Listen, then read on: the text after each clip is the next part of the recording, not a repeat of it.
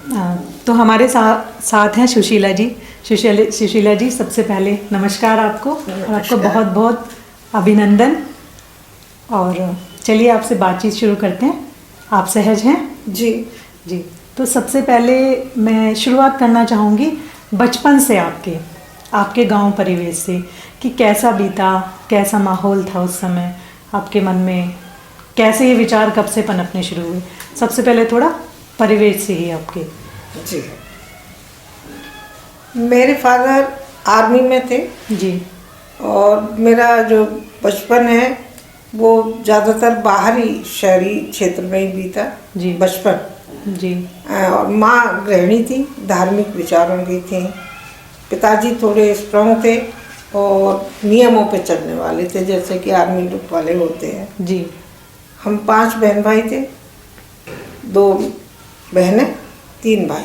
2 भाई मेरे से बड़े थे और 5 बहन भाइयों में बहुत ही प्रेम और अच्छा होता, जैसे बचपन होता है, लड़ना झगड़ना ये तो सब होते ही हैं। जी। जी।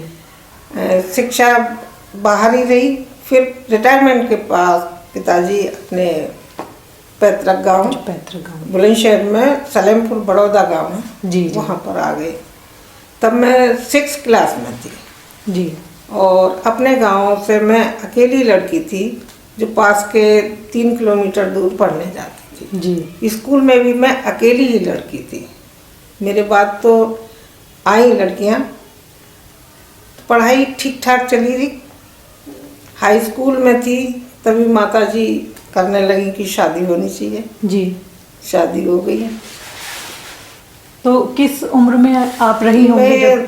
शायद मेरा जन्म 50 का है और 67 में मेरी शादी हो गई। मैं 17 साल की थी। जी।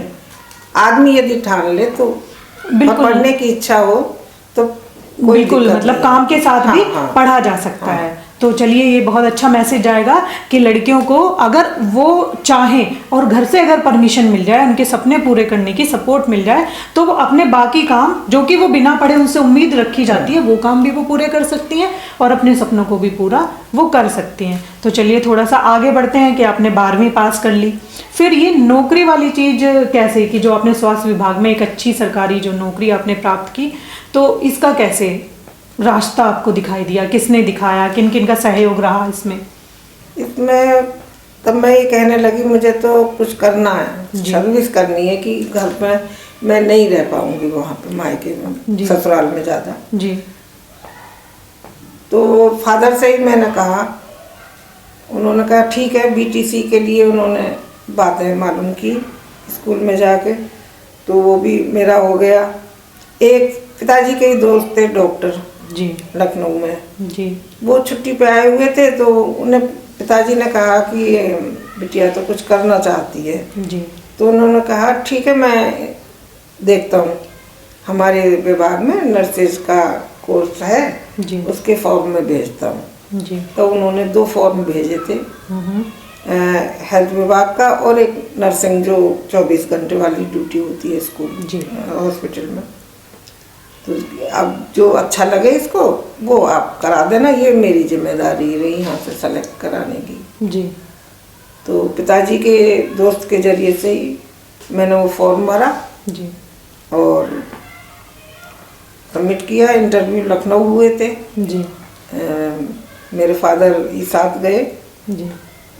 सारी जिम्मेदारी, मतलब मेरा जो खर्चा था, ससुराल वालों ने कह दिया था कि भाई खर्चा हम नहीं उठा सकते। जी बिल्कुल। मतलब पहले यही होता था कि मायके से लाओगे तो मतलब अगर जो सामान्य जरूरतें हैं, जो सामान्य भरण पोषण की आवश्यकता है, वो हम बिल्कुल पूरी करेंगे। हाँ, लेकिन अगर कुछ भी अतिरिक्त है तो वो आप अपने मायके से ही उसका कीजिए। मतलब उसका वहाँ मैंने फिर सेलेक्ट वो ट्रेनिंग के लिए, तो वहाँ आपका सिलेक्शन इंटरव्यू हो गया। हाँ। तो वहाँ आपका पहला रिएक्शन मैम, मैं वो जानना चाहूँगी कि एक गुदगुदी जो अंदर होती है कि जो हम करना चाह रहे हैं, पहले तो वही कि आप इंटरव्यू देने गई तो पूरा रास्ता बहुत अच्छे से बीता होगा कि भाई होगा कि नहीं होगा, और फिर जब वो हुआ, जब ये आपको लगने लगा कि आप, मतलब वो पल जब आपको लगा कि आप सिलेक्टेड हो गई हैं, वो अनुभव मुझे बताइए कि कैसा आपको महसूस हुआ उस पल में? डर तो था ही जी, कि पता नहीं क्या पूछेंगे। और ये क्वेश्चन जो आज आप मेरे से पूछ रहे हैं कि आप क्यों इसमें आए?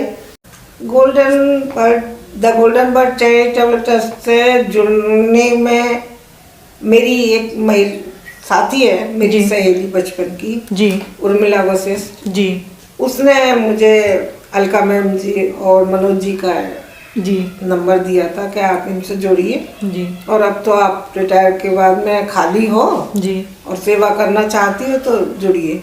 जी, तो मेरा इन लोगों से संपर्क हुआ और बड़ा अच्छा मेरा इनका साथ रहा। थोड़े ही दिनों में हम बिल्कुल परिवार की तरह घुल मिल गए। बिल्कुल। और अच्छा लगता है जब हम किसी की मदद के लिए अनाथ आश्रम या वृद्धाश्रम जाते हैं।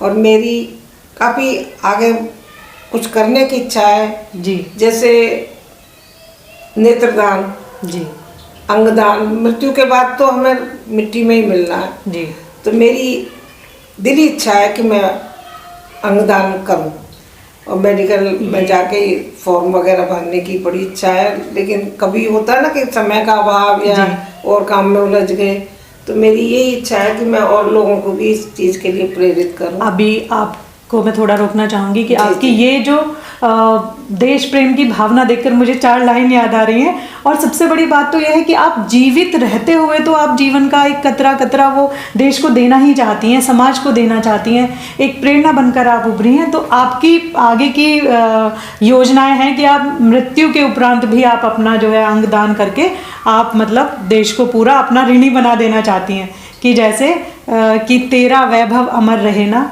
तेरा वैभव अमर रहे माँ, दिन 4 रहे न रहे जीवन। हे जीवन का हर क्षण और हर खून का एक कतरा कतरा, हे राष्ट्रदेव तुझको अर्पण, हे मातृदेव तुझको अर्पण। तेरा वैभव अमर रहे माँ, दिन 4 रहे न रहे जीवन। बिल्कुल सार्थक होती हैं आप पे कि अगर जितनी भी सांसें हैं वो तो हैं ही, और सांसें जब ख़त्म हो जाएं तो उसके बाद भी ये देह जो है वो भी आप देश को समर्पित करना चाहती हैं। तो ये हमारा सौभाग्य है। मैं तो मानती हूँ कि गोल्डन बर्ड चैरिटेबल ट्रस्ट का सौभाग्य है कि हमें आप जैसी एक चलती फिरती प्रेरणादायी स्रोत, प्रेरणा का एक बहुत पॉजिटिव और सकारात्मक स्रोत जो है वो हमारे साथ हैं। हम हमेशा आपके आशीर्वाद से प्रफुल्लित होना चाहेंगे, पल्लवित होना चाहेंगे, और आपकी जो खुशबू है आपके व्यक्तित्व में हमेशा उससे सुगंधित होना चाहेंगे। और साथ तो बना ही रहेगा आपके साथ, हम आपसे सीखते रहेंगे। और ये मैम की छोटी सी कहानी सब तक पहुंचाने का हमारा जो उद्देश्य है वो यही है कि सपने सब देखते हैं, लेकिन कहीं ना कहीं थोड़ी सी जो मुश्किलें आती हैं वहाँ आकर हम घुटने टेक देते हैं। और वही एक समय होता है कि थोड़ा सा अगर हम संघर्ष में हो जाएं, थोड़ा सा अपने आप को अपने अंदर निरंतरता ले आएँ, थोड़ा सा उसको फेस करने की जो क्षमता है अपने अंदर जी जान से लगा दें, तो सपने पूरे होते हैं, बिल्कुल होते हैं। ऐसे बहुत सारी गाथाएँ हैं, बहुत सारी जो हमारे इतिहास पूरा भरा पड़ा है, और अब इस जीवन में भी हम देखते हैं। बस उनको सकारात्मक रूप से लेने की ज़रूरत है, जैसे कि मैम ने किया, वो आज तक प्रेरणा है। तो हम खासकर उन लड़कियों को कि बेटी पढ़ जाए, लिख जाए, कामयाब हो जाए, लेकिन वो ऐसा कोई काम ना करे जिससे बाकी लड़कियों के लिए रास्ते बंद हो जाएं, बल्कि वो ऐसा काम करें जिससे बाकी लड़कियों को अपने सपने पूरे करने में आसानी हो। Thank you so much.